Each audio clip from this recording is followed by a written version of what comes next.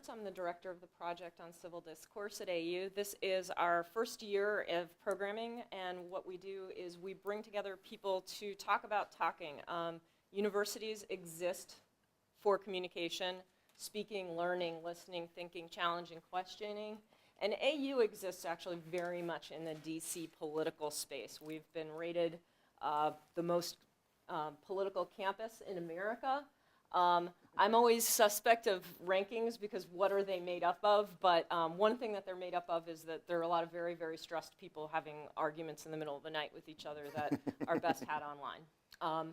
But we talk a lot about speaking, thinking, listening, learning, communicating, and we bring together speakers who are leaders in their fields in communication and talking about communication and First Amendment rights.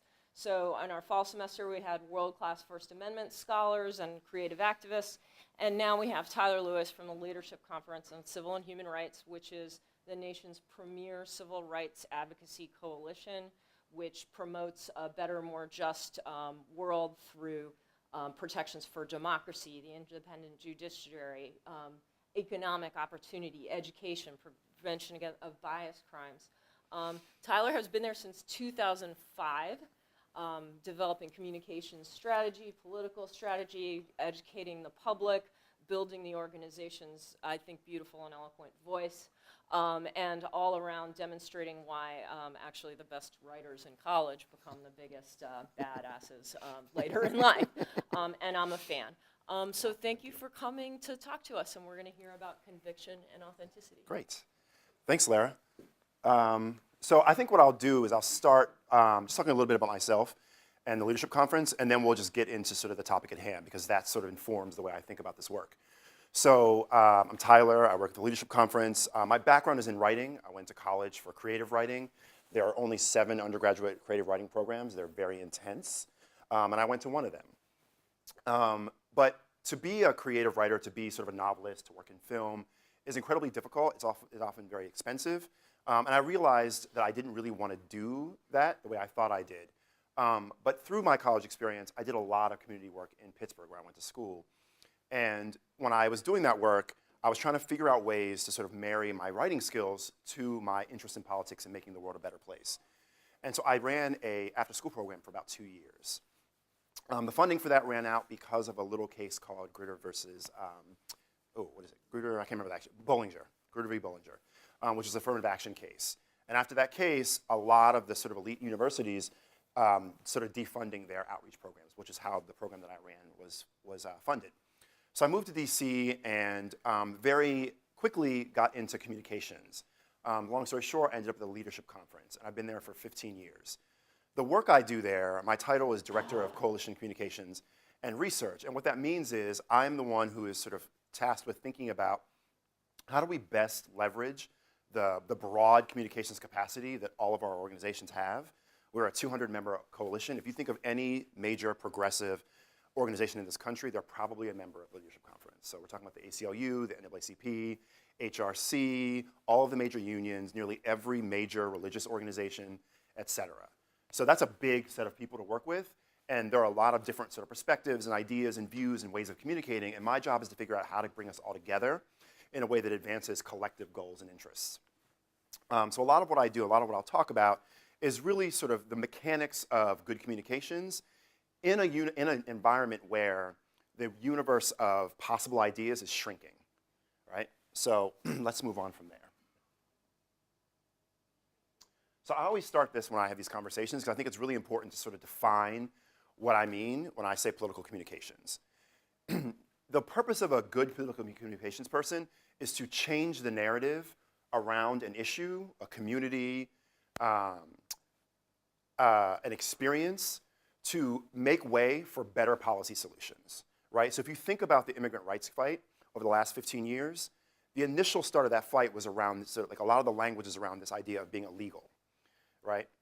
And the community didn't want to be considered illegal. They wanted to talk about the system, right? And the system is about the papers you have, right? So then the shift moved from illegal immigrant to undocumented immigrant. Now there are lots of other shifts that happened with that fight, but part of the goal of that communication strategy was to censor humanity and not to talk about what is legal versus illegal, right? Because that is a different kind of conversation that doesn't provide for the opportunity to talk about the kinds of reforms we want to talk about, right? If we're talking about the fact that people don't have the right documents, then the solution is to get them documents, right? And so that's part of the way you think about shifting a narrative, to give yourself more space to have the kinds of conversations and the kinds of policy changes you want. So typically when we think about communications, we think about media work, and we typically think about it in ways that are about sort of, for lack of a better term, PR, right? And a lot of what I do is sort of shifting people's perspective from, your goal is not simply to be on television, your goal is to be on television in a way that advances our long-term goals, right? And so if you think about cable news, you know, cable news is an inherently partisan place. It just is. We can't really do anything about that, unfortunately. And so recognizing that you're in a partisan space, but you don't want to have a partisan conversation, is really important when you're trying to sort of build a bigger coalition of people, right? Because we're in a moment where hyper-partisanship is incredibly dispiriting for most people, right? And so even on both sides, like, it's not edifying in a way that allows us to sort of move conversations forward and move policy forward. So thinking a lot about the work that I do is really in thinking about, how do I help the people that I work with, the coalition, the spokespeople who work for my organization, to shift the way they think about communicating and get out of some of these sort of what I consider to be bad communications practices that are frankly rife through particularly DC politics. There are very few great communicators, and I'll show you a video of who I think is the best speaker in the country right now. So when I talk about shifting narrative, we're really talking about shifting the possibilities around what the broad set of people in our country consider possible and valuable. So there's this sort of paradigm that a political scientist came up with called the Overton Window, which essentially says that there's sort of all of the ideas and sort of things we talk about exist on a sort of continuum, from like ideas that sort of restrict freedom to ideas that sort of expand freedom. We could think about this in sort of a partisan left-right context, but it's actually not that useful to do that. And so the idea is that you want to be in this sort of middle window where ideas are both popular, sensible, and sort of broadly sort of accepted. So if you think about the shift that we've made even in the last 2 years from a real commitment to austerity and less taxes to a place where we can have a conversation about a 70% marginal tax because of Alexandria Ocasio-Cortez, right? That's a shift from a very sort of austere position where we are essentially starving the government of resources to one where we are talking about sort of getting more resources from people who have a lot of money that don't necessarily need it. That idea of a 70% marginal tax rate, frankly, was popular for most of our, like a lot of American history, but then fell out of favor sort of post-70s. But it has sort of come back in the last 2 years. And so that's sort of like moving from this idea of sort of less freedom up here. It is my belief that we need to always be shifting this conversation in a direction that allows for greater policy that advances individual liberty and also our rights and protections, right? And those aren't necessarily always the same thing, but it's going to be important. So if you thought about this sort of in a left-right context, I would love to move the conversation to the left, right? Because part of the challenge we have right now is that for the last 40 years, Republicans have shrunken the available space for ideas, right? So we used to have a very robust conversation in this country about taxes and about the responsibilities we all have to the body politic. Over time, we've shrunk that down, and now we have this conversation about tax relief, this idea that it's a burden to pay taxes into a system that then gives us roads and schools and healthcare and defense. All of these things that we collectively buy into, right, because these are public institutions, right? We have to sort of open that space. We have to create a bigger window in the Overton window for putting more ideas in that shift us away from sort of allowing the right to sort of dominate the way we talk about things. Most political discourse in this country is defined,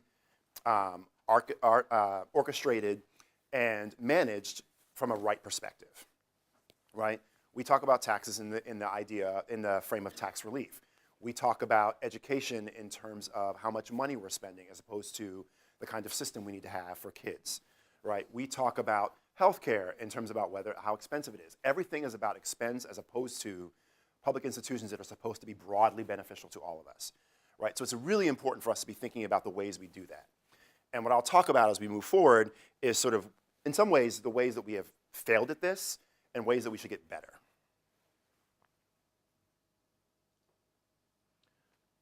So this is sort of a graph that sort of explains a little bit of sort of what I was just talking about.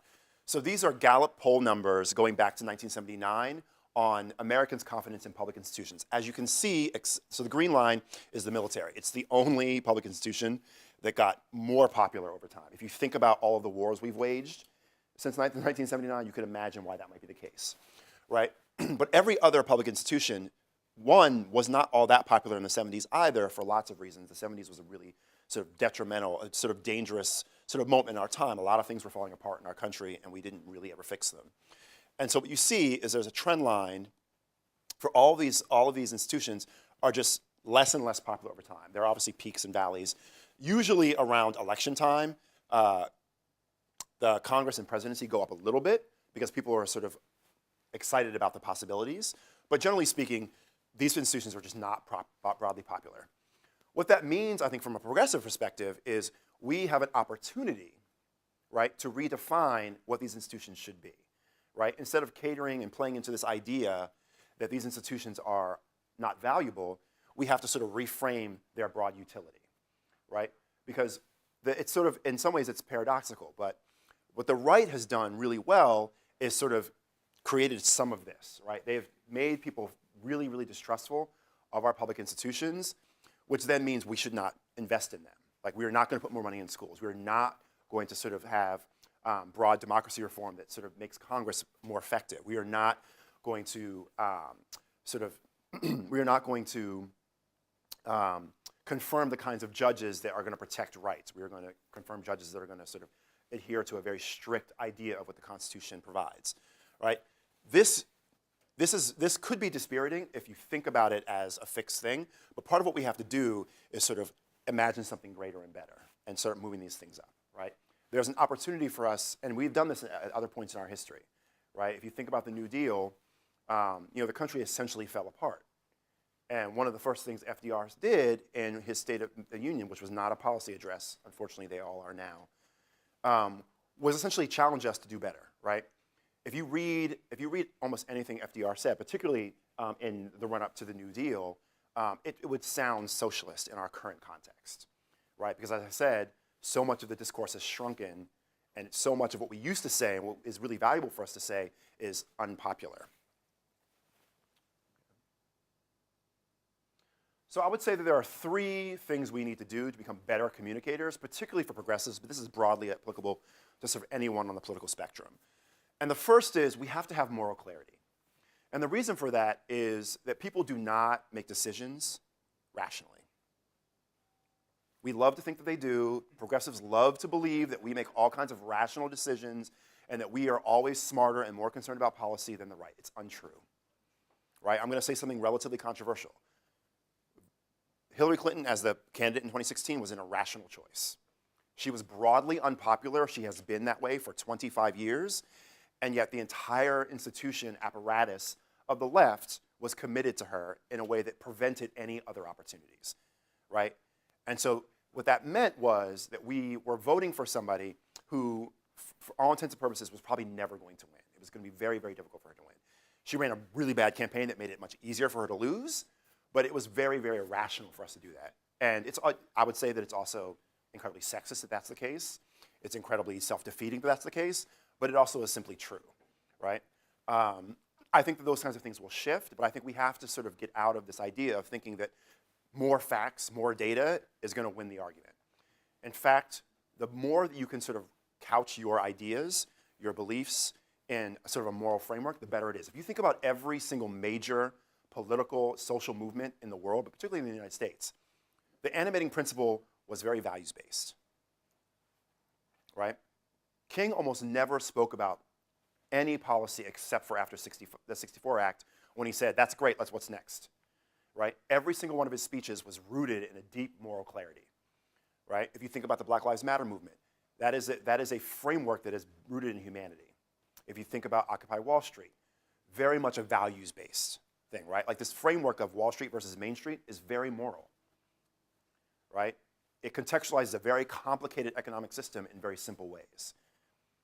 We have to do more of that. So I'm going to show an example of, this is the individual who I think is the single best speaker in the country. I don't think this is going to play, so I'm just going to jump out for a second and just go to the video.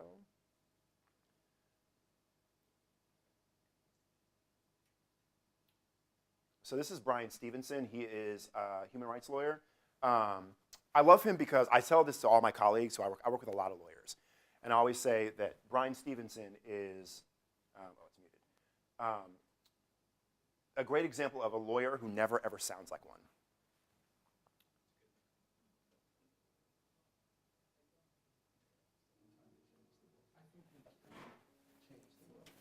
And I have a simple little prescription. I think there are 4 things that we're going to have to think about. We're going to have to commit to poor and suffering and marginalized. We think we can change the world by staying just on Harvard's campus, by staying in places of power and privilege, staying just in our elected offices. If we care about injustice, if we care about inequality, if we care about poverty, if we care about disability, if we care about addiction and dependency, we're going to have to get close enough to those who are poor and excluded and neglected, addicted and dependent, to understand the nature of that problem. Second thing we're going to have to do is we're going to have to change these narratives. We have mass incarceration in America because we declared a misguided war on drugs. We said that people who are drug addicted and drug dependent are criminals. For alcoholism, we said that's a disease. If you know somebody who's an alcoholic and you see them going to a bar, you don't think, oh, that's called a disease. You have a different framework.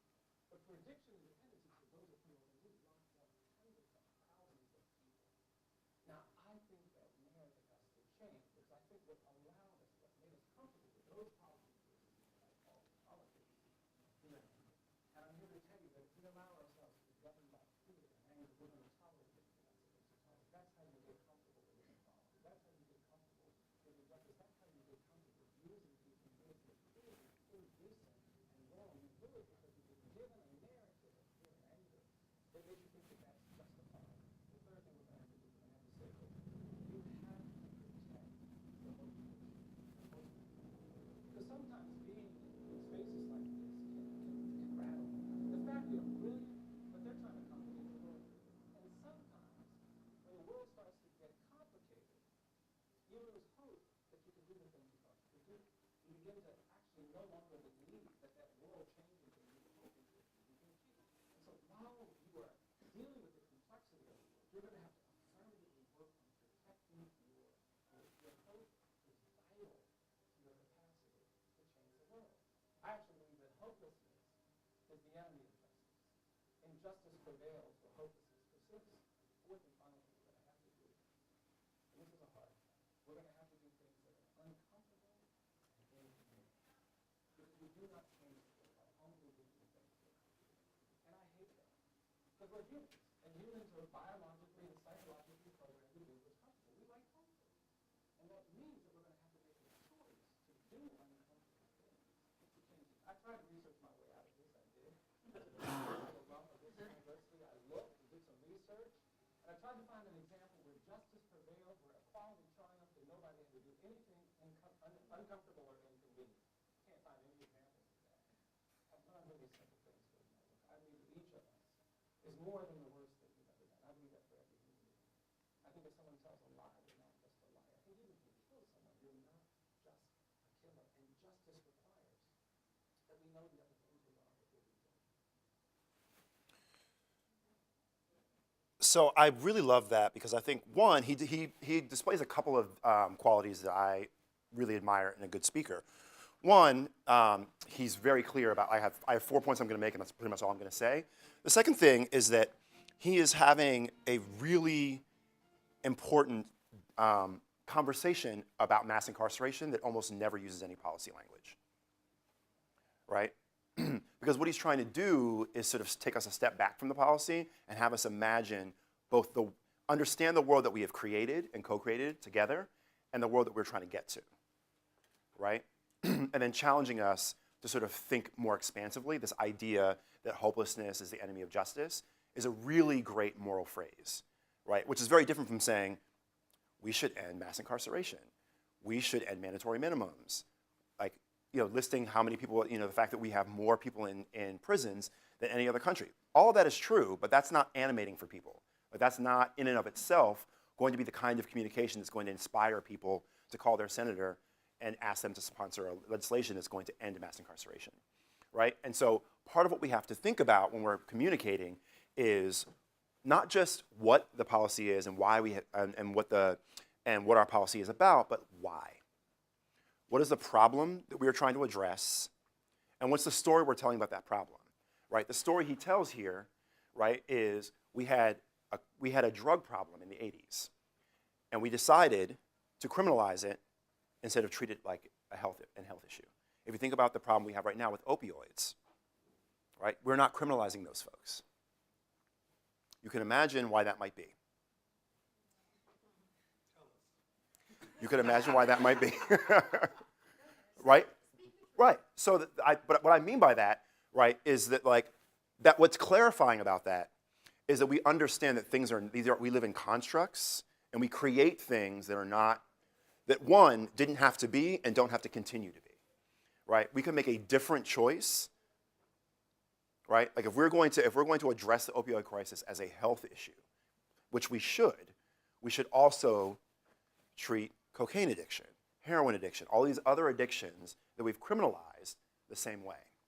And importantly, we have to repair the damage we've done, right? Like we can't simply change a law and then think that that's going to be enough, right? You have to go back and do other work, right? And so moral clarity is really important. If you watch cable news, and I'll show you an example of someone who's really good at this on the right, because I think it's important to sort of see the contrast. But if you think about cable news, which is unfortunately the primary place where political discourse happens, MSNBC is a deeply policy partisan space, which is why only 2 million people watch them a night. Because most people just don't care, don't know, and aren't interested in that level of detail.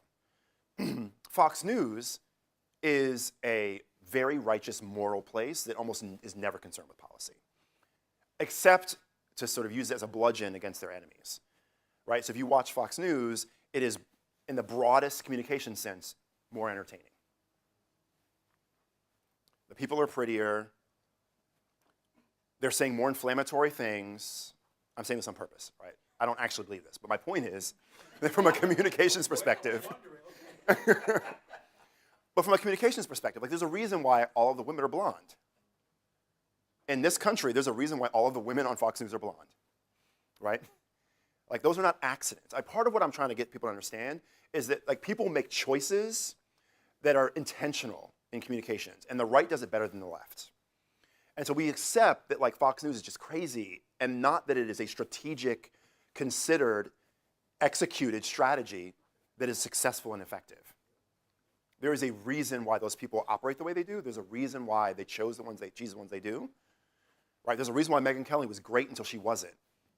Because once you're out of the dogma, you're gone. Right? They're much more considerate, and they adhere more strictly to their communication strategy than the left does. The left is all over the place.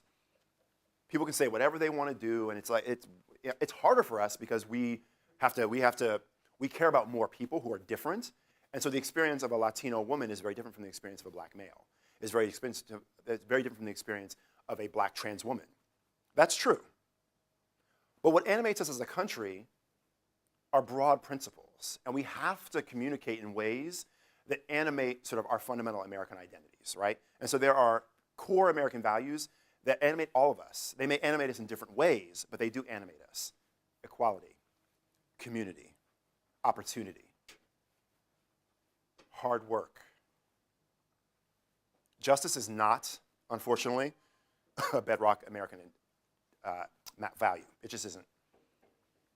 It's aspirational for us, right? Equality, in some ways, is aspirational for us. But we all believe deeply in equality.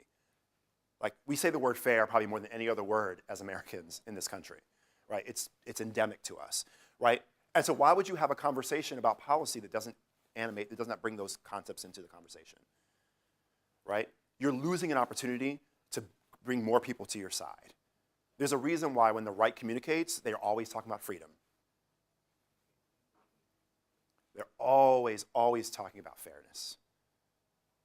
Because they understand that those are values that animate us, right? We have to do the same. So the next thing I will say that we need to do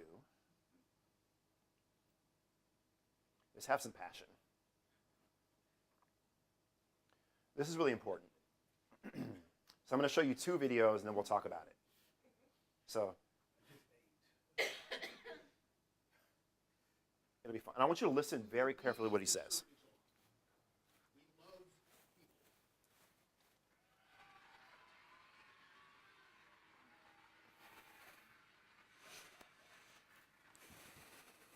When we look out over the United States of America, when we are anywhere, when we see a group of people such as this or anywhere, we see Americans, we see human beings.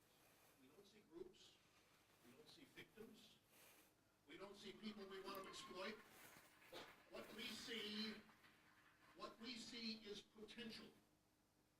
We do not look out across the country and see the average American, the person that makes this country work. We do not see that person with contempt. We don't think that person doesn't have what it takes. We believe that person can be the best he or she wants to be if certain things are just removed from their path, like onerous taxes, regulations, and too much government. We love and revere our founding documents, the Constitution and the Declaration of Independence.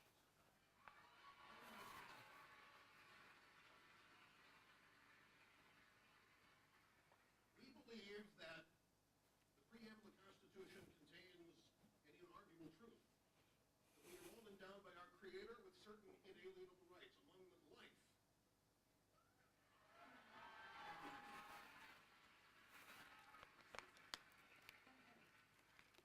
liberty, freedom,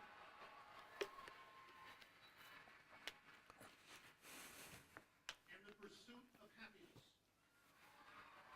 Now, those of you watching at home may wonder why this is being applauded. We conservatives think all 3 are under assault.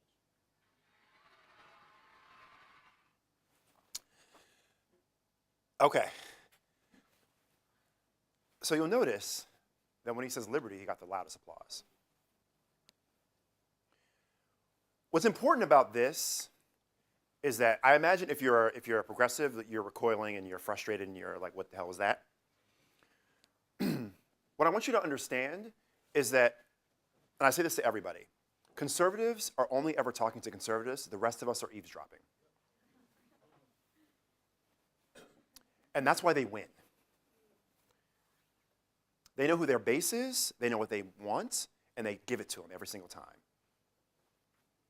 And the rest of us are flipping out and trying to figure out what's going on. There are not that many conservatives in this country,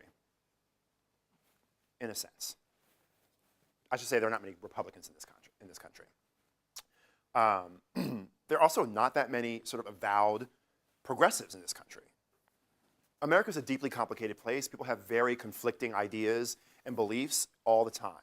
Our job is to animate the ones that are good for us and downplay the ones that are bad, right? There's a reason why progressives have a hard time with individual effort and personal responsibility, right? Because it cuts against a collective sense that we have wronged certain people and we need to rectify that, right?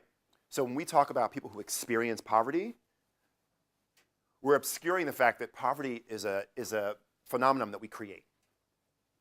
It is a natural byproduct of capitalism that we could mediate if we had a different kind of economic system, right? There are other countries that also have capitalist systems, but do other things with their economies to mediate people being poor. We could do the same thing, right? But because the ethos of personal responsibility and hard work is so fundamental to who we are, it's harder for us, right? What's important is you have to know who your audience is. And you have to speak to them and give them what they want.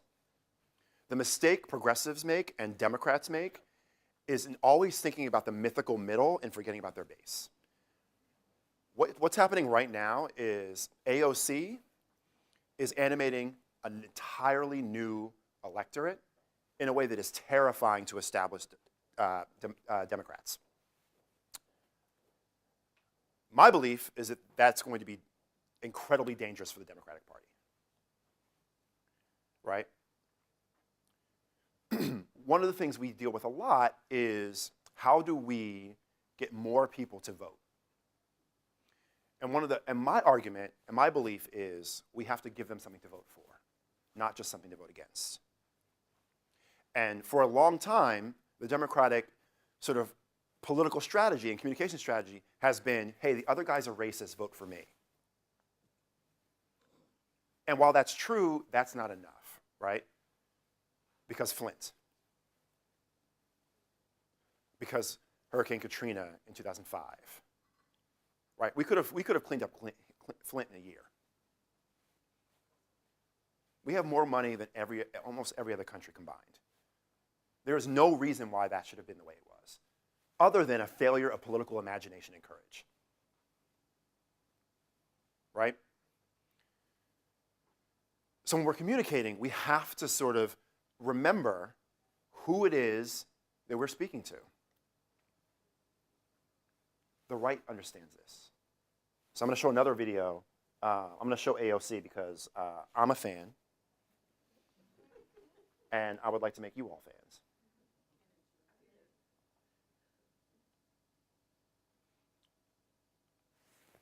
Businesses, we're talking about shuttering neighborhoods, and we're talking about people feeling unsafe.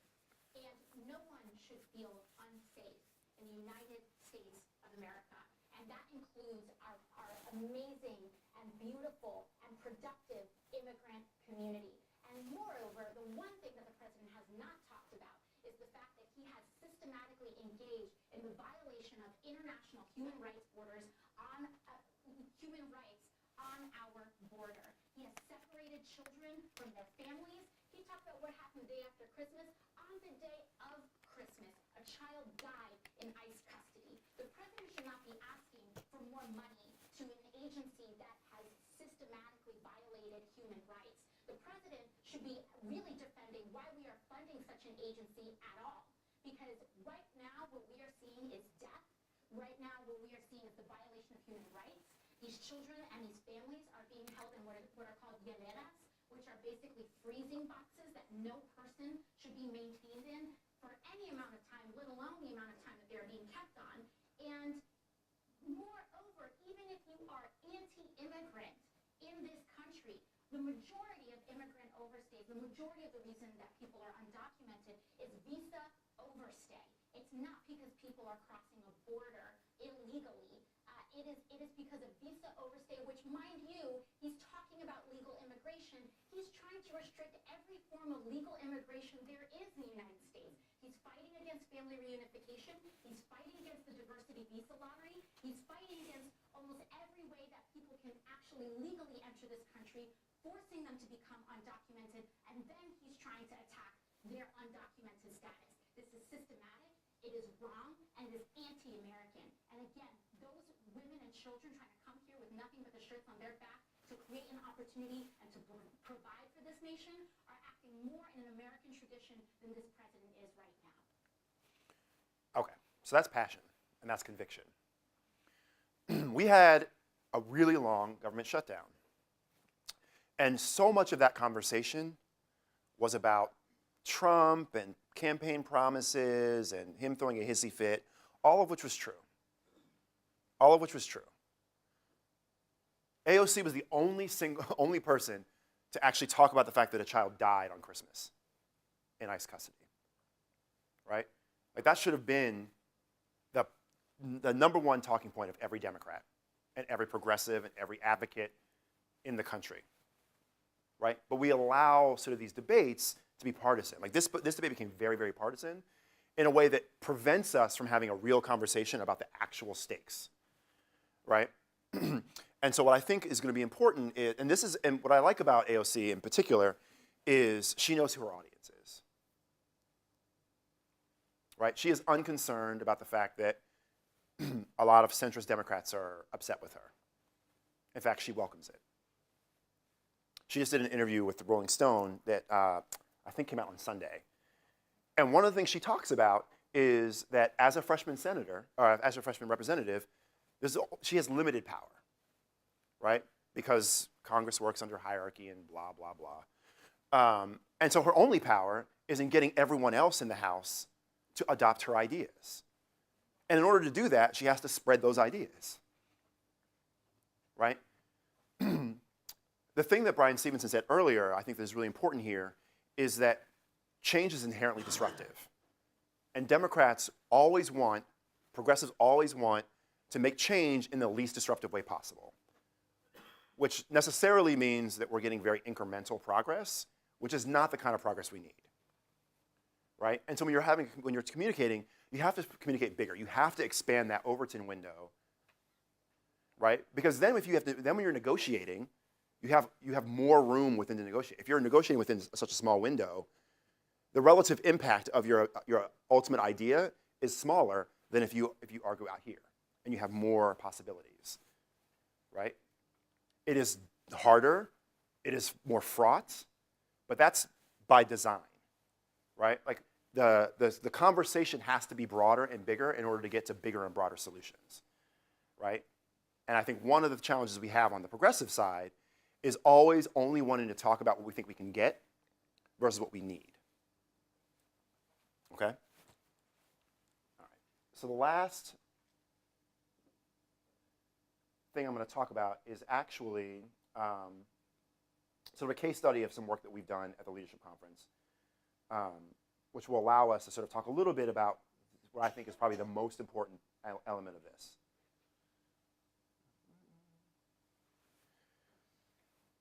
When you decide that what you want to talk about, you have to stick to it. One of the biggest mistakes progressives in particular make is in changing their message, changing their narrative based on circumstance, right? I had a lively conversation with one of my, I won't say who it was, but I had a lively conversation with one of my colleagues over the past couple of weeks about the bill that's going through Congress right now, in the House right now, that seeks to sort of reform our democracy. It has sort of voting provisions in it, it has ethics reform in it, and it has campaign finance in it. And Mitch McConnell, who has held the entire country hostage for the last 12 years, wrote an op-ed that basically was like, this is a power grab for Democrats, we ain't doing this, y'all go home. And everyone on the left still freaked out. We have to write letters to the editor. We have to write our own op-ed. We have to respond. And I sent an email over the listserv that basically said, if you do that, you're playing right into his hands. Communication is effective if your opponents get upset, because they oppose you, right? Why would they like something you say if they oppose you? So if you're saying something that pisses off the other side, your communication is effective, right? And what the right does very well is it immediately says things that flip us out and pulls us off our message, right? Our message was, we have a broken democracy, right? Legislators spend most of their time fundraising instead of legislating. We have broken ethics policies, and we have voter suppression rampant throughout the country. And this law will fix that. And more importantly, people want those things. People want to fix our democracy. So why would I start having a conversation about whether or not this is going to help Democrats? Just because Mitch McConnell said it.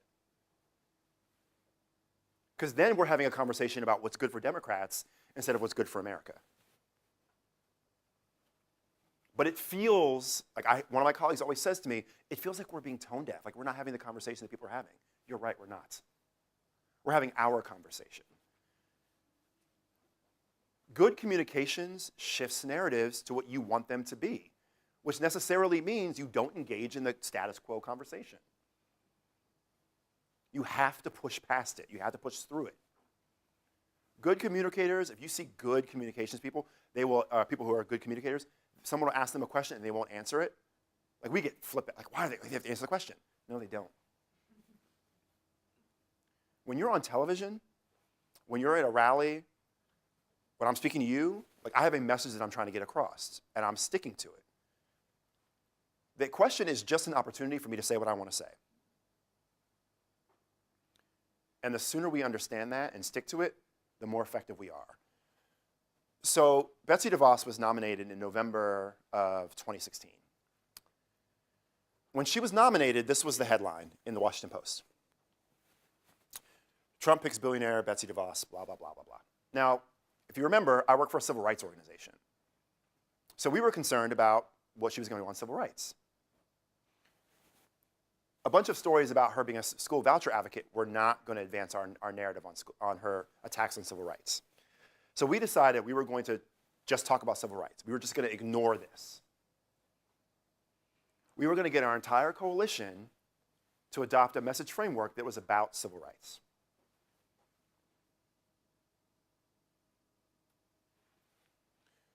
And so we started getting these kind of headlines over the last 2-3 years. If you notice, civil rights is in almost every headline. That was intentional, and that's good. Right? It is true that she's a school voucher advocate. It is true that one of her main goals of being the Secretary of Education was to advance, school choice and to get more kids opportunities to go to charter schools and go to private schools and all that kind of stuff. But she also didn't want to enforce any of the laws that protect students from being discriminated against if they're black or if they have a disability. She wanted to gut Title IX. She wanted to take away protections for trans kids. Those were not things that people knew in November of 2016. In order for us to block her policies, we needed people to understand what she was trying to do. So we had to change the conversation to one about civil rights. And we had to make sure that civil rights was broader than black people,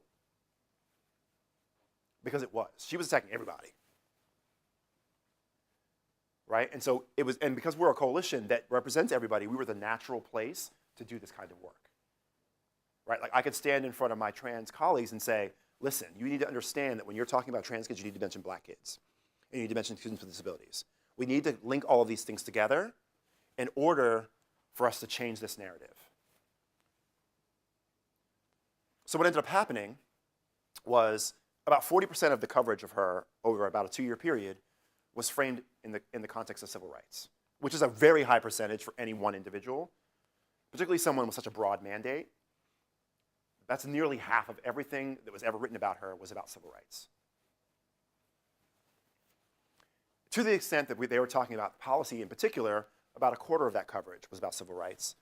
And then in the aggregate, about a quarter of anything that mentioned DeVos or mentioned the Department of Education was about civil rights.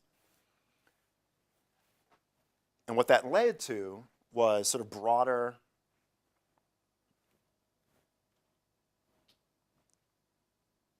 uptake on our message. So I'm going to show you this video of Seth Meyers.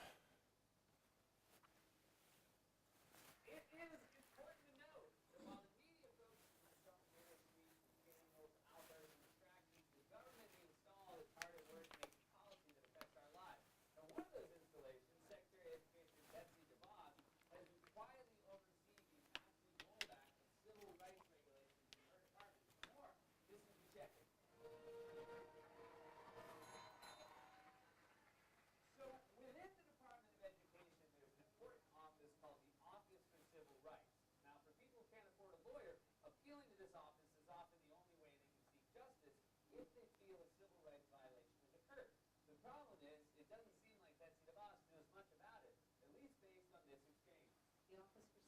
Rights is committed to protecting the civil rights as determined under the law of this land. That's not the mission statement. Do you know what it is?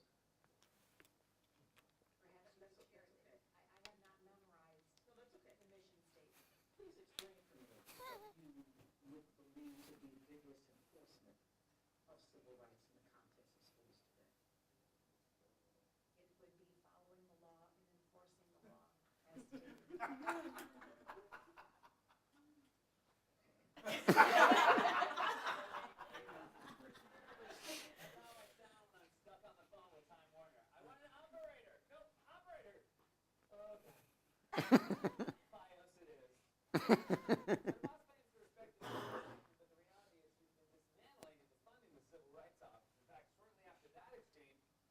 Civil rights organizations, including the NAACP, which incidentally is how Betsy DeVos spells kneecap, sued the Department of Education over new procedures that allow its Office for Civil Rights to dismiss complaints that it determines to be burdensome. Before DeVos, the office was obligated to review any complaint which a civil rights violation may have occurred, but now DeVos is using the Office for Civil Rights to investigate complaints like whether programs supporting women at Yale University and the University of Southern California violates federal law by discriminating against men. That's right, the Civil Rights Office is taking up the cause of white guys trying to get into Yale. Because I believe it was Martin Luther King who said, I have a dream that my bro Shaq could be accepted to Yale. The 2.6 GPA, a letter from his dad. And not be tossed aside into Dartmouth or, God forbid, Cornell. Make matters even worse, the Trump administration recently announced that they were reversing yet another Obama-era policy meant to protect minority students and promote diversity. Push to promote diversity in college admissions is being rescinded. Critics say the reversal is a politically motivated attack on affirmative action. The Trump administration is discouraging the use of race to achieve diversity in college admissions. So you don't want to use race to achieve diversity. What are you going to use? The different spellings of Caitlin? Now, the boss has also been propping up and promoting voucher schools. So parents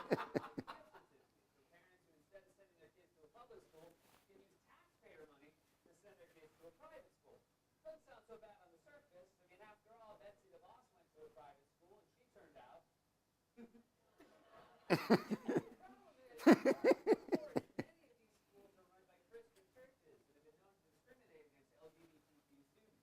Some lawmakers were alarmed at these reports and tried to get DeVos to go on record to say that federal aid would not go to any school that doesn't comply with our national anti-discrimination laws. And it was a painful process to get her to finally admit that. Will you guarantee as Secretary of Education that that money is included with non-discrimination policies for those private schools? As I said, federal dollars, Is that a yes or federal a no? dollars going to any program. So what is your interpretation of federal law? I think I've made this clear. Then just say yes or no. Federal dollars going anywhere for education, federal laws are adhered to. So you would not be able to send federal dollars to a private school that did not adhere to the full panoply of civil rights laws in this country. Federal law must be. Is that a yes or no? Just say yes or no. Yes or no. Federal law must be followed. Federal money is involved. Is there some proper guarantee?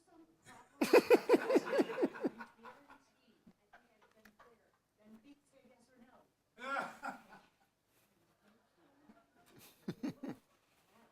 a year.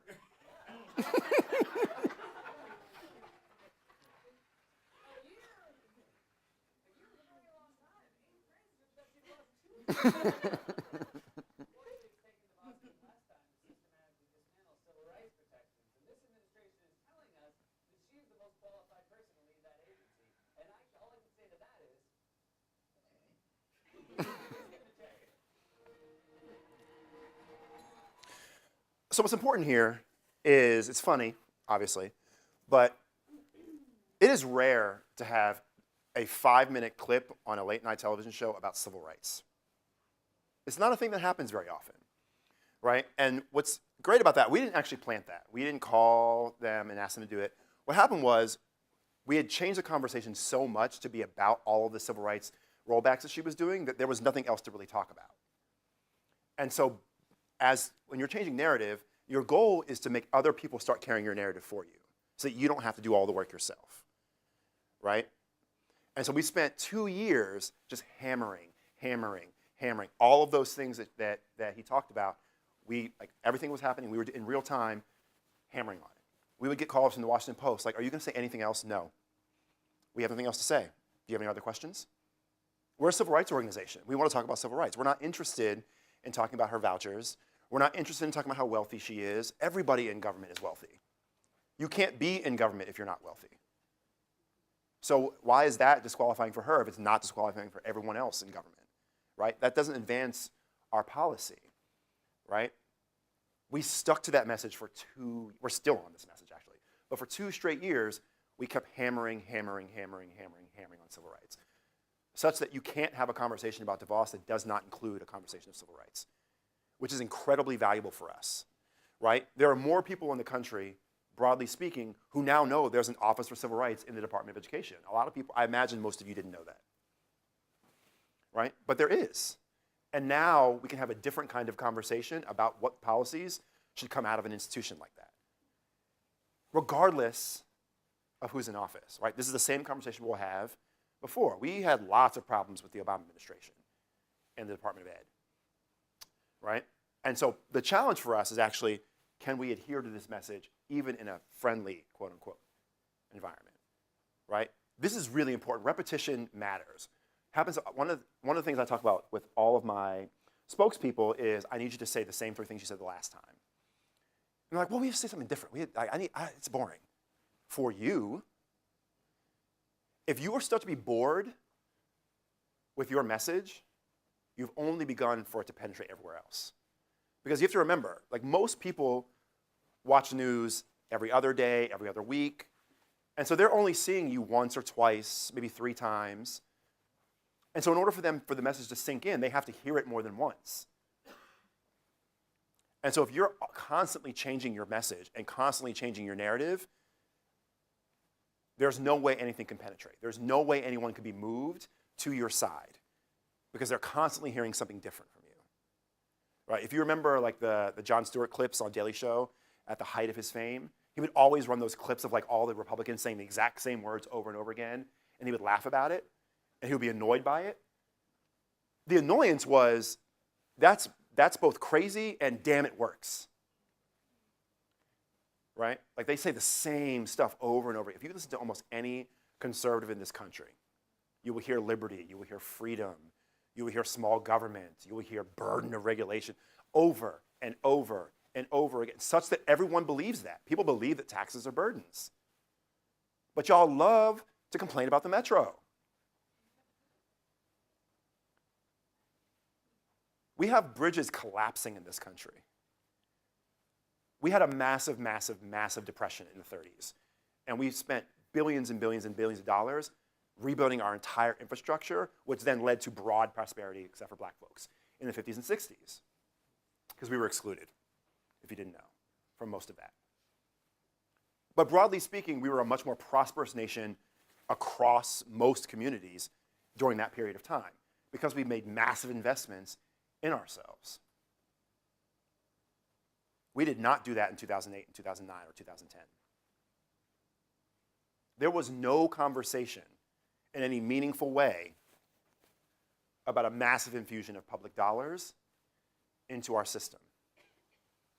Even though roads are collapsing and bridges are collapsing all over the country, even though there are still lots and lots of schools and other public buildings that have asbestos in them, even though our power grid is probably 30, 40 years old, needs to be replaced, like we have all of these things we should be investing in and fixing in that will then lead to the kind of prosperity that happened before. So when I talked about AOC and the 70% marginal tax, it was 90% under Eisenhower. 90% under Eisenhower. So she's not even getting back to what was within that window that we talked about 50, 60 years ago. Right? Because the right has shifted the conversation so far away from where we actually need to be, the kinds of conversations we need to be having, which, as I said before, shrinks the possibility of change, right? And so what we have, right, is a federal government that essentially is inert, except for judges. The federal government does very, very little. Now, to be fair, our wonderful founders set it up that way. The Senate is meant to be an impediment, unfortunately, right? The Senate is a compromise to slaveholding states. It's why we have it, right? It is meant to be a deliberative body that slows down, right? The thing that we have to remember is that like some of the great sort of scholars of American history talk about America as the great American experiment, right? That like we started with a republic that was incredibly unjust from day one. And we, progressives, over time have made it better. We've perfected it. We're getting better and better and better. More people are voting and can vote than could vote 80 years ago, 200 years ago, right? And so why have a conversation that is much smaller than that if we don't have to? So remember, You have to have moral clarity when you're communicating. It has to be about who we are as a people, who we are as a nation, who you are as a human being. Otherwise, people can't connect to it. It's lovely and lovely, lovely, lovely to talk about the public option. No one knows what the hell it is. Most people still don't know what it is. It would have been much better to talk about, we already have a really great healthcare system. It's called Medicare. Everyone should have it. What you do is you're talking to people who both have Medicare and are like, I like it. Yeah, let's give it to everybody else. Now, obviously, how that actually happens is really complicated. I know Lara's going to get on me after this. It's really complicated. The actual policy is complicated. But that's not the conversation you're having with most Americans. There's a great speaker, political scientist. His background is in sociology, psychology, and linguistics. His name is George Lakoff. Everyone should read him. And he has this paradigm for how we think about audiences in America. And he says there are essentially three audiences. The biggest audience are what he calls big idea people. Most people in America only engage with politics in the broadest sense, right? Am I going to get health care? Am I going to be educated? Are things fair? Is this law going to help me? Those are very broad ideas, right? We have representatives that we endow with power to then do that thing, make it work. We expect you, as a member of Congress, to actually figure out how to make it work. What I care about is I want some health care. Y'all figure out how to do it, right? So why would we have a conversation with people about something they've already told you should deal with, right? That's most people. Most people are just up here. I want things to be fair. The next group, smaller but relatively large, are what we call issue people. These are people who are animated by an issue they care about, right? So there are some people who are just rabid animal rights activists. And there are people who are rabid education policy advocates, and et cetera, et cetera. Those people have some understanding of the jargon of that issue, right? Like if I'm talking to David, he knows a lot about education policy. I can talk to him a little bit about policy because he's already in that group of people. I would not talk to my mother about education policy in a deep way without boring her to tears. She's going to say, well, you're going to fix it?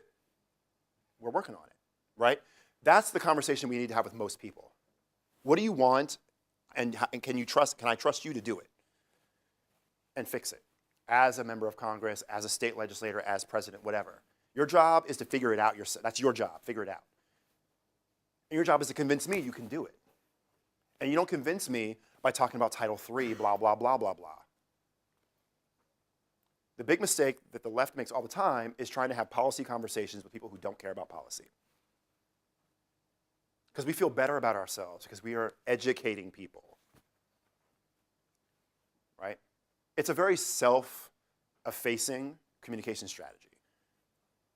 I'm talking to you about something because I want you to know that I know what I'm talking about. That is not valuable to most people. It's just not valuable.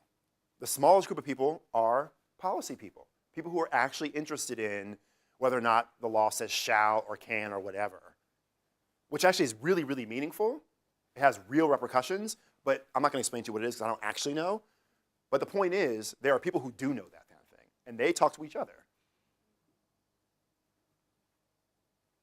It is true that people can be moved along that continuum. You could make someone who only cares about education in a broadest sense into an education advocate. You can bring them along that continuum.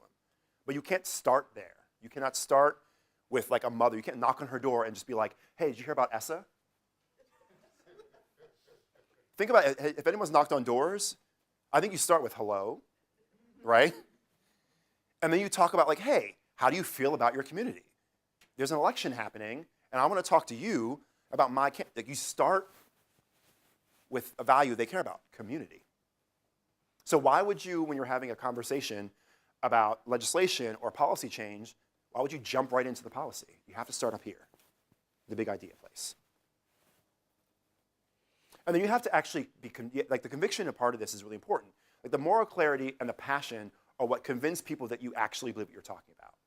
I have a hypothesis that one of the reasons why the left is so bad at communicating is I think they actually don't believe that we could be any better than we are.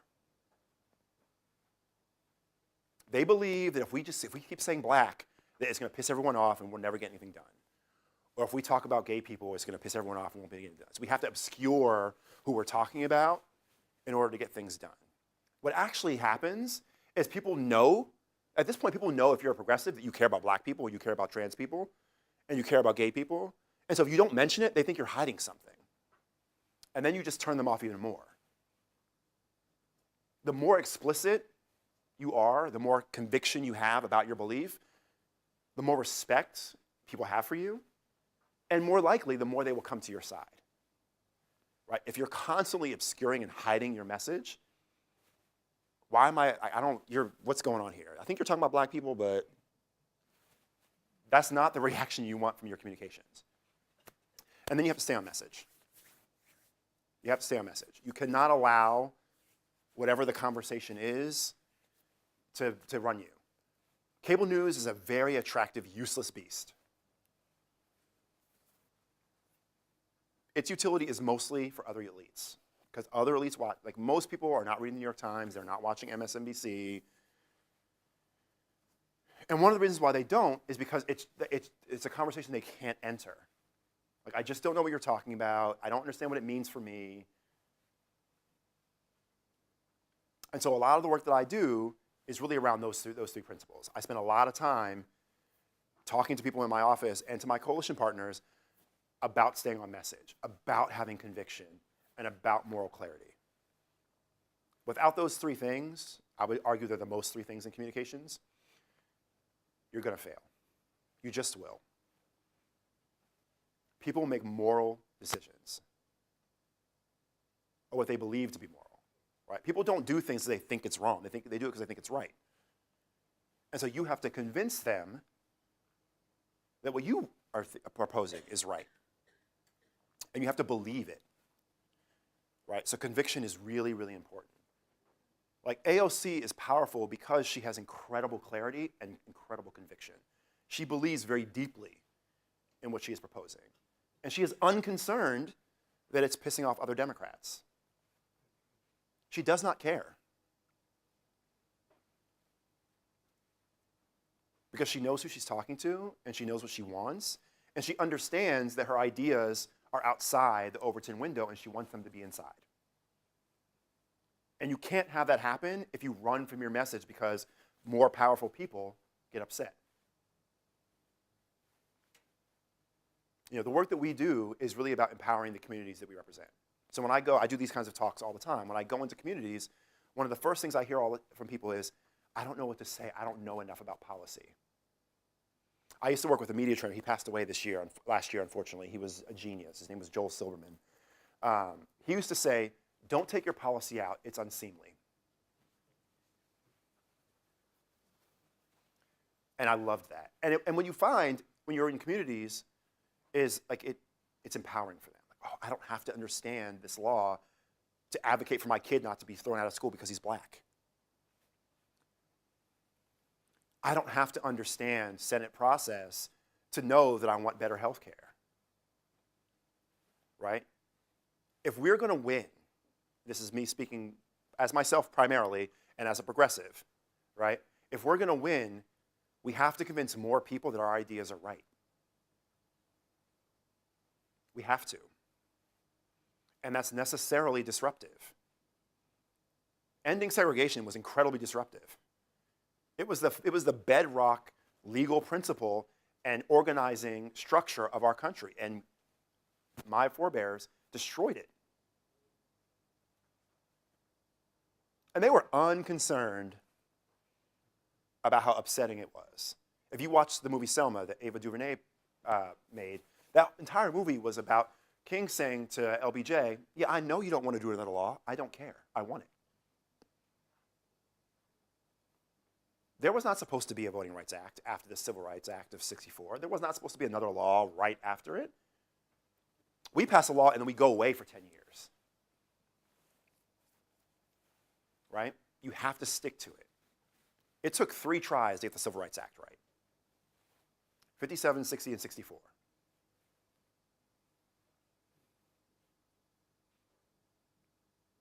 You have to keep pushing. Your communication has to be broader than just what you think you can get done and just what just happened. Because that's actually how we get incremental progress that doesn't move us as far as we need to go. Right? 2016 was about people saying, both parties have not done enough to fix the problems in this country, and I hate all you cats. So I'm going to bring in this crazy person. Because I don't know what else to do.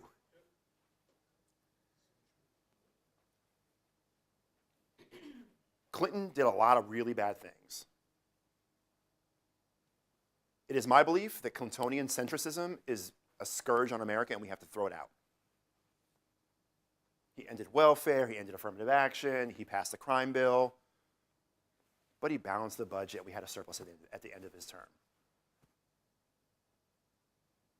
But a lot more people fell into poverty. A lot more people had a lot less protection and a lot less support than they had before he was president.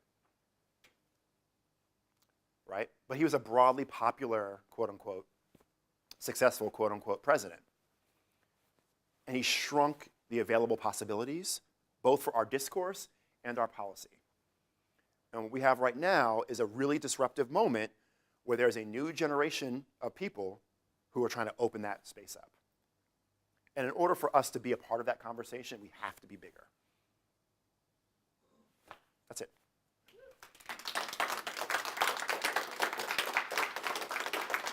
So are there any questions, any reactions? David. Of the major political candidates, Democratic candidates, I'm not asking who you like the most. Yeah. The communications examples Yep. you were giving. Yep. Who's best?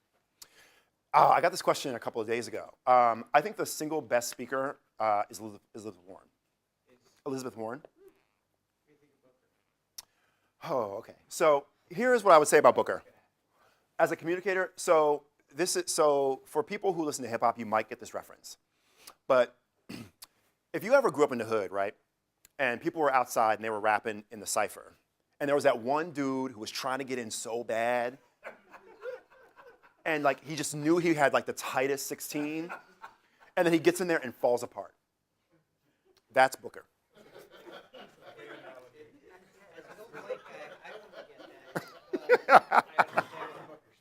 Yeah, Booker is, I would say that he has incredible conviction and he's very clear, but he is just a little bit pitched up. Like he's a little bit corny, a little bit weird, a little bit goofy in a way that I find kind of endearing, but I do think there's some challenges to that. And then his background is challenging, I think, for him too. But he just doesn't have the sort of, the calm, centered, I don't want to say presidential because I hate that, but he doesn't inspire the kind of confidence I think you need at this stage. He might get there, but right now he's just hype. He's just trying to get in this like, yeah, you just want to bring him down. He's like a little chihuahua. You just want to bring him down a little bit.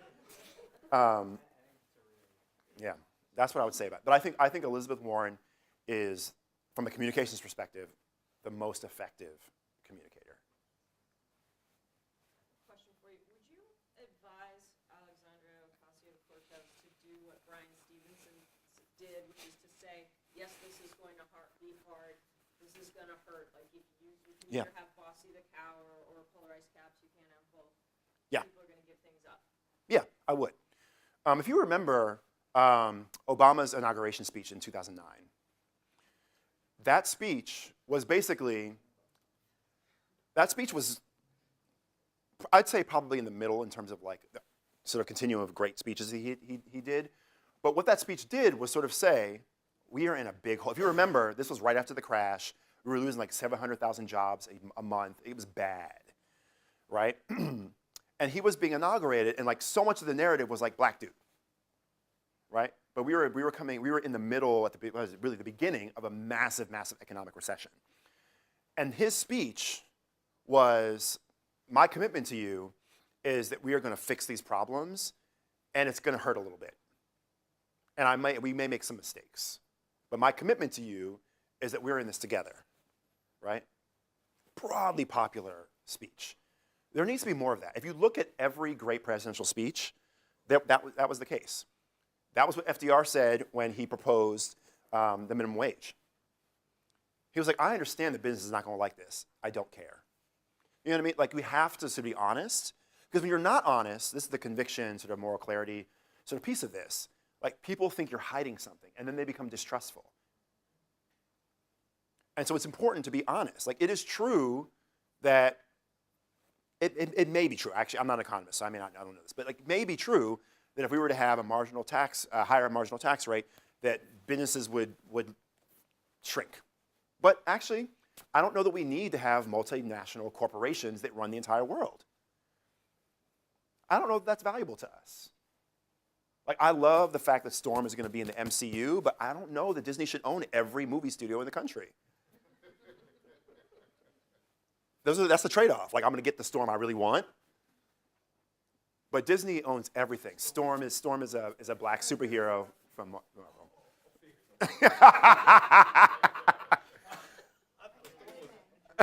it's X-Men.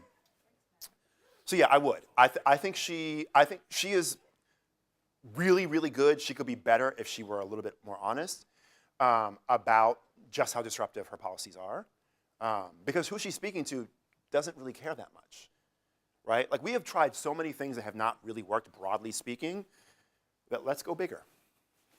I would say that. Any other questions?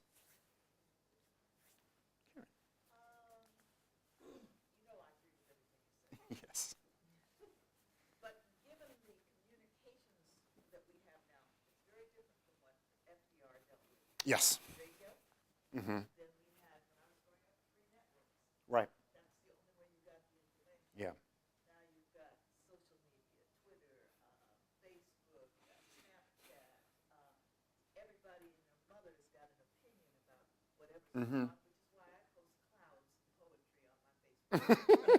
You do. Yes. In a bubble of incredibly angry progressives. Yes. Yes. Yes. Last February, I was like, I can't take it. Every day people are like, he's doing this, he's doing that. I'm like, hello. We knew what he was going to do. Yeah. We all need to start working on strategy and Yeah. having meltdown.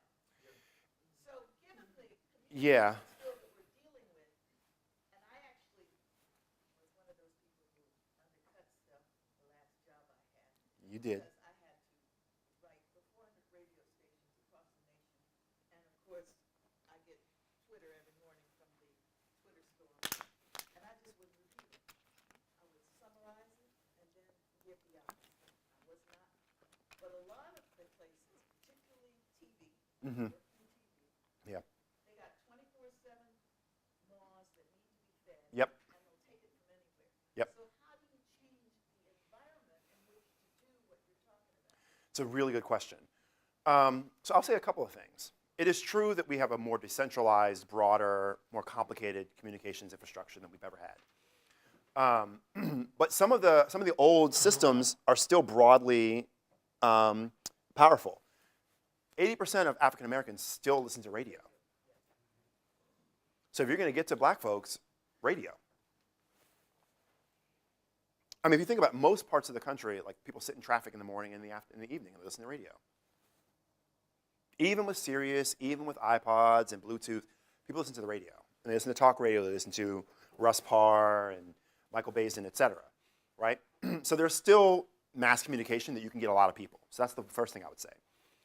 The second thing I would say is, I think we have to, like, part of staying on message forces the networks in particular to shift.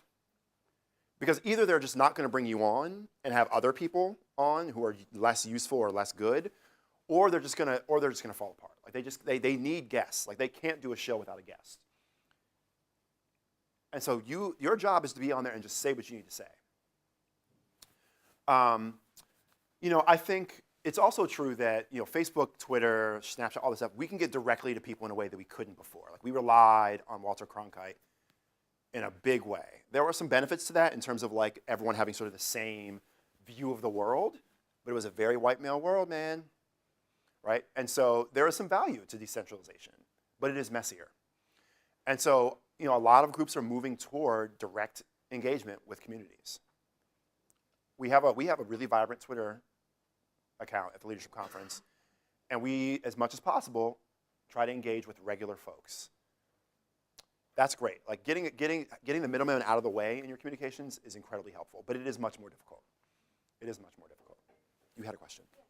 So my question is, right now I just feel like everyone is so angry all the time, and I feel like my question is, where's the line between expressing your passion and trying to persuade people, but doing so by pissing everyone off, and trying to find some common ground? I think, in my experience, I found that it's more difficult to persuade people when they can sense your contempt for them. Yeah. And That's right. I feel like it's a very difficult line to find, and I think there's a lot of value in being honest and being passionate and then just making everyone so mad that they don't want to listen to you anymore. It's a really good question. I would say probably two things to that. So the first is you have to know that there are some people you're never going to convince, and their anger is immaterial. So then it's what do you do with everyone else? And I think what you have to have what a lot of sort of black women would say is like righteous anger. Brittany Cooper has a book that's coming out I think today. That's called I think it's called Righteous Anger or Righteous Rage or something like that. And it's this idea that like the anger that we feel at the state of America is a moral rage that we have to use in a productive ways. And so when we're communicating, like you have to, putting aside people who just fundamentally are never going to agree with you, that's not valuable, right? But for people who may be skeptical or are undereducated about what you're talking about, you have to proceed from the belief that they are engaging in a conversation with you in good faith.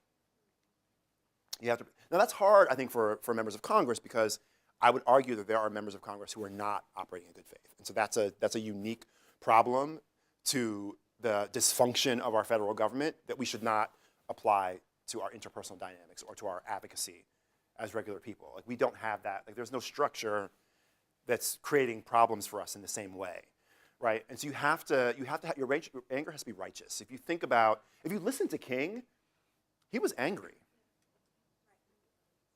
But we don't think about him as angry, partly because we've turned him into a two-dimensional character. But we don't think of him as angry. We don't think of Shirley Chisholm as angry. We don't think of Ella Baker as angry. We don't think of Bayard Rustin as angry, right? We don't think of any of our great leaders, any of those great movement leaders as angry, and yet they were, right? If you listen to any King speech, like he is pissed off. But his rhetoric, right, is about some higher principle, right? Like the kind of country he believes we should be, right? Now he got more skeptical over time, and like people started tripping, all that stuff. 67 to 68, I personally like that King more than 63, but he was much angrier and a little bit less patient than he was earlier in his career. And that's just the nature of this work, right? Like you keep doing and especially at that time, right? He was wildly unpopular, particularly those last 2 years. Even had massive fights with his advisors. If you think about like the immediate 10 years after King died, that movement splintered and people started getting fancy jobs. The big fight between, I'm going to forget the names now, Lewis and, shoot, I'm going to forget, when they were running in Georgia. No, it wasn't Abernathy. Julian Bond, thank you. Julian Bond.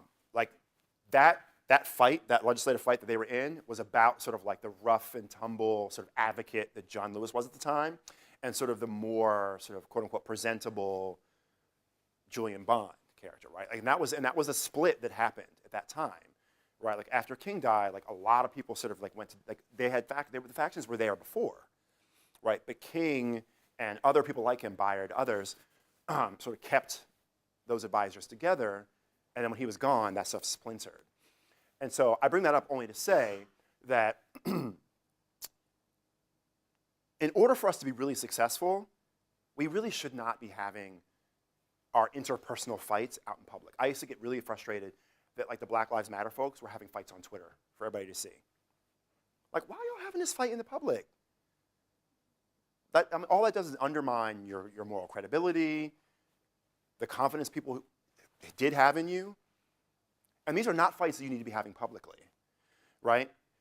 The job is to not let your anger consume you so that you're ineffective. Like, you have to find a way to channel it into something more productive, right? If you remember the AOC example, right, she is deeply, deeply angry about this shutdown and about the family separation issue that we've been dealing with for the last 10 months, right? But her rhetoric was very, very positive, right? This idea that this is not the kind of country we should be, right? Like, we should be having a conversation about what I should be doing and why, it was very much about solutions, right? She didn't just sort of rail and scream and whatever, right? So it's really important to do that. Now, it is true that when you are clear about your audience, you will piss people off. And those are just people you are never going to get. And so you have to understand who your audience is and who you're actually trying to convince. And the problem that we spend is we want to have a message that works for everybody, and that just is not possible. Not if you really want to succeed. There are people who just are fundamentally opposed to what you believe in. And so there's no point in trying to reach them. But there are people who just might be skeptical who you are trying to reach. Any other questions? Cleo, you have a question? Well, I look around because I see a lot of complexity. Yes. And I was trying to find a way to be abbreviated. So that's why I look at my simple like a not let talk by topic. I don't want to do that. My focus is on what's called Black progress and reducing harm to Black people. Yes. And the harm is not just blatant harm like police murder of unarmed people, which is blatant. It's also the psychic trauma that comes from trying to be Black and healthy in a white supremacist, dangerous, hostile environment. Yes.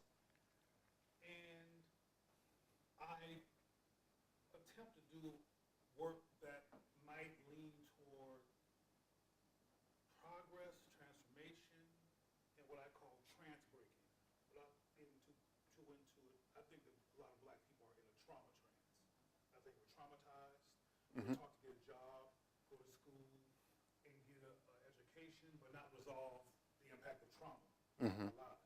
And so we have people like, I won't say no names now, just to pretend to be respectful. Thank you. Pretend to be respectful. Where we have these Black people who give the depiction of progress, but they're really tokens. And tokenism is a white supremacist strategy. Yes. To keep things looking progressive while they stay the same, and the body count stays high. Yeah. But what I just got finished saying, it's not part of the collective consciousness. So my concern is, and what I do, and I'm not sure I do a great job, frankly, all the time, is I don't want to communicate inside of the white supremacy comfort zone. Yes. The white supremacy norm. And that's what I think some of this work is. It's trying to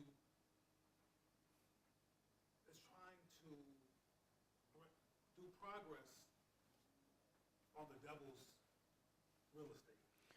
Yeah. You understand what I'm saying? I do, yeah. So James Baldwin said, I don't know whether we want to integrate into a burning house, right? This idea that maybe the strategy of integration was wrong, right? Because the system itself is fundamentally unjust, right? So I hear you on that. What I would say to you is probably two things. So one, I think the lesson of great social movements is that they don't try to go too big too fast. And so a lot of the work that I think you do is really in communities, like one-on-one, peer-to-peer, and building out from there. Like it is very difficult to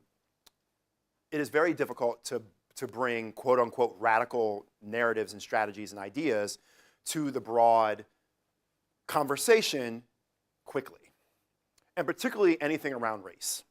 It's just very, very difficult. And so I think what I would say to you is, I think that there is work that you do and that you can do to introduce those ideas into the conversation, right? So you could do more television, you could do more radio, you do a lot, I know you do, right? But you could do more of that. I think you could think about other people who can also carry that message with you, right? Because you alone are not enough to create a new narrative, right? So you have to have other people who are convinced and will carry your message with you. And a lot of that work is behind the scenes work. You know, before people were sitting in, they were practicing in church basements. You didn't just run out and just sit at the lunch counter. There was no way. Because we have a natural fight or flight, right? You had to be trained not to fight back, right? Nonviolence is unnatural. So you have to be trained into that. So I think the same thing is true for you, right? Like I think the work that you do is fundamentally transformational in a way that is more disruptive than even what AOC is suggesting, right? And so you have to do a lot more work, and you have to have a lot more foot soldiers. And we talked about that. Any other questions? I think we're at time, I think. Yes? Thank you for coming, sir. I do have one question. It's, do you ever find yourself going in with a mindset, with like kind of the wrong mindset of, I'm here to like persuade other people to join my side, versus I'm here to like, create dialogue, relate to people, and things like that. Do you ever notice that in yourself? Yeah, no, it's a good question. So I would say that 90% of the work that I do is about persuasion. And so 90% of the time when I am communicating, I am trying to persuade people of my point of view. In this case, it's about my view of how political communication should work. There are places and times where you have to where you're working out what the communication is, and you're working out what the persuasion is going to be, and that is a place where you have to be open-minded, right? So like when I go into meetings or conversations, we just had an all-day convening yesterday with a bunch of local advocates who have been working to dismantle mass incarceration, and they're doing it in incredibly radical ways. Like there are people who want to end police. They want police to just not be a thing. They want to get rid of jails entirely, right? And there are other people who are like, maybe we can just like get rid of the 94 crime bill. Like, you know what I mean? And so like, there was a lot of differences of opinion about both what the strategy politically was, but also what we say, right? And in those spaces, I sort of dial back my innate Tylerness and become much more sort of open-minded, right? Because I have very strong views, as people who know me understand. But in order to be a good advocate, you have to understand that the best ideas come from collaboration and come from listening, right? And oftentimes, my beliefs are not always correct or can be refined, right? And so I try to always be thinking about like the kind of space I'm stepping into. This is a space that is about education and about, to some degree, persuasion. And so I'm articulating a particular way. When I'm having a conversation about this very topic with my boss, it's a very different way I communicate with her. Even though I'm trying to convince her that what I'm telling her is the right way to go, I don't approach it in quite a strident manner. And so you have to always be thinking, I think communication is inherently relational. And so you have to know who you're talking to. I do not talk to my mother the way I talk to Sean. That would be insane.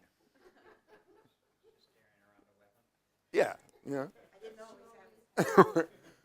You know what I mean? Like the conversations that Cleo and I have, I don't really have with anybody else. You know what I mean? And when I'm talking to students, right, this is very much about sort of, what I love about this work that Lara's doing is it's really about owning your voice and your power as an American, right? Like we are supposed to be a country that everyone can participate in.